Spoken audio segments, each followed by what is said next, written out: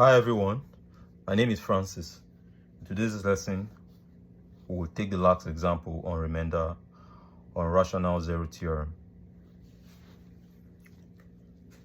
To start with, let's take an example. Given f of x equals to x raised to power 3 plus 8x plus 8x raised to power plus 8x raised to power 2 plus 11x minus 20. Find the zeros. Find the zeros.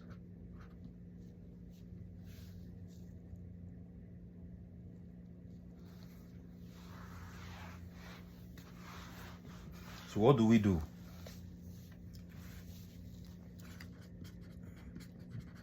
We do the same thing we did in the previous example. We divide the leading coefficient or the factors of the leading coefficient with the factors of what? Of the constant term. So to do that, let's associate the constant term with and the leading coefficient with a variable. Let's call this A, call this B. Therefore, the rationals will be AB over A.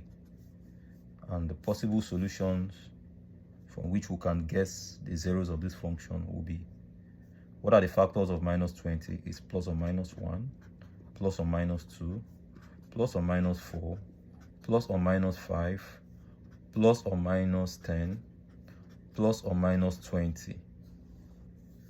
Divide by, what are the factors of this coefficient? What are the factors of 1? It's plus or minus 1. Therefore, we divide the numerator with the denominator, and that gives us plus or minus 1, plus or minus 2, plus or minus 4, plus or minus 5, plus or minus 10, plus or minus 20. So having done that, what do? Recall that we said these are the sets from which we can guess the zeros of this function. So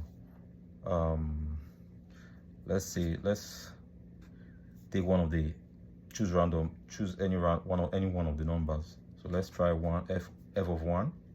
Take x to be equals to 1. Put that into this function. I'll have 1 raised to the power 3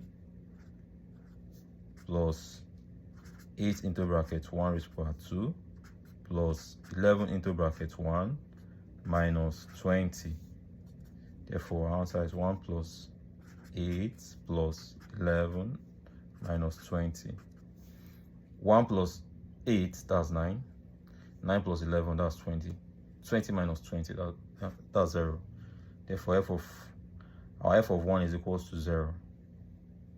So the zeros of this function, one of the zeros of the zeros of this function is equal to, therefore our x is equals to what? 1. Now, what do we do to get the other two zeros, or to get the other two zeros of this function? So we use either our long division method or the synthetic method. So put the coefficient. What are the coefficients? They are 1, 8, 11, and minus 20. We'll write that here. 1, 8, 11, and minus 20. The x are zeros. X, we write that here. So we'll simply bring down the leading coefficient here. Write it here. 1 times 1, that's 1. We write that here. 8 plus 1, that's 9. We write that here. 1 times 1 times 9. We write that here.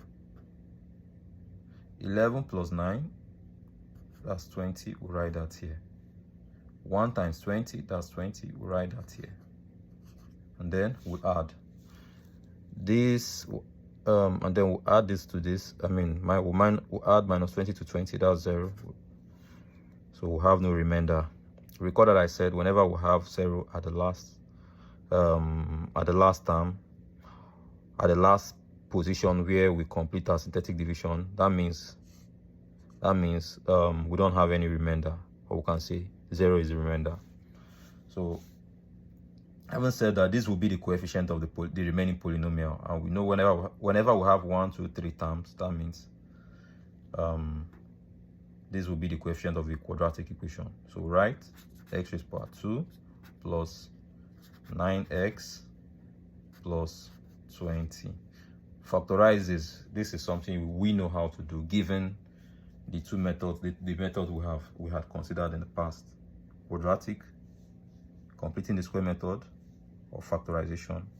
If we use any of those to solve this, we would have x plus 4 into brackets x plus 5 into brackets.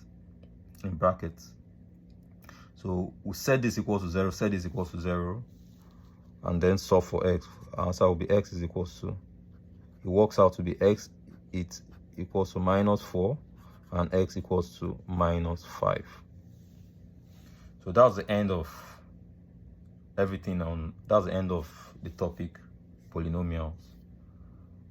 Feel free to send me your questions, your answers, or your comments.